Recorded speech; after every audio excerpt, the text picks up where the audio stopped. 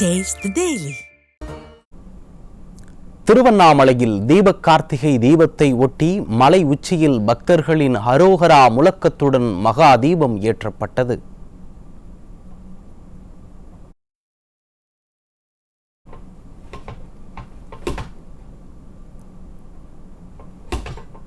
பஞ்சபூத தலங்களில் அக்னி ஸ்தலமாக விளங்கும் திருவண்ணாமலை அருணாச்சலேஸ்வரர் கோயிலில் தீப திருவிழா கடந்த 4ஆம் தேதி கொடியேற்றத்துடன் தொடங்கியது.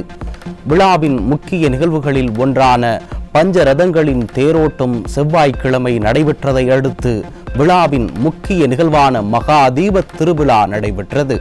இதையொட்டி அதிகாலை 3 மணிக்கு கோயில் நடை திறக்கப்பட்டு அருணாச்சலேஸ்வரர் உண்ணாமலை அம்மாளுக்கு சிறப்பு அபிஷேக ஆராதனைகள் நடைபெற்றது. அதிகாலை 4 மணிக்கு கோயில் மூலவர் சன்னதியில் பரணி தீபம் ஏற்றப்பட்டது. நினைத்தாலே முக்தி தரும் திருவண்ணாமலை மகா தீபத்தை காண லட்சக்கணக்கான பக்தர்கள் சிவ முழக்கத்துடன் திரண்டனர். இந்நிகழ்வில் மங்கையர்க்கரசி மண்டபத்திற்கு முதலில் தங்க வாகனத்தில் விநாயகர் வருகையை தொடர்ந்து முருகன் எழுந்தருளினார். தொடர்ந்து அண்ணாமலையாரும் உண்ணாமலை அம்மாளும் எழுந்தருளினர்.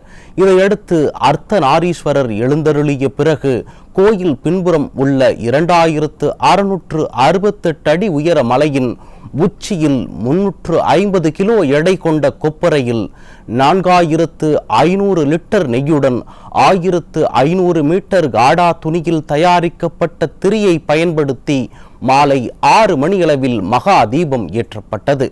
ஜோதி வடிவமாக அருணாச்சலேஸ்வரர் காட்சியை பார்த்து அரோகரா என்ற முழக்கத்துடன் சங்கு ஊதியும் பக்தர்கள் பரவசத்துடன் வழிபட்டனர். இதேபோல் தமிழகத்தில் பல்வேறு கோயில்களில் தீபம் ஏற்றப்பட்டு பக்தர்கள் சுவாமி தரிசனம் செய்தனர்.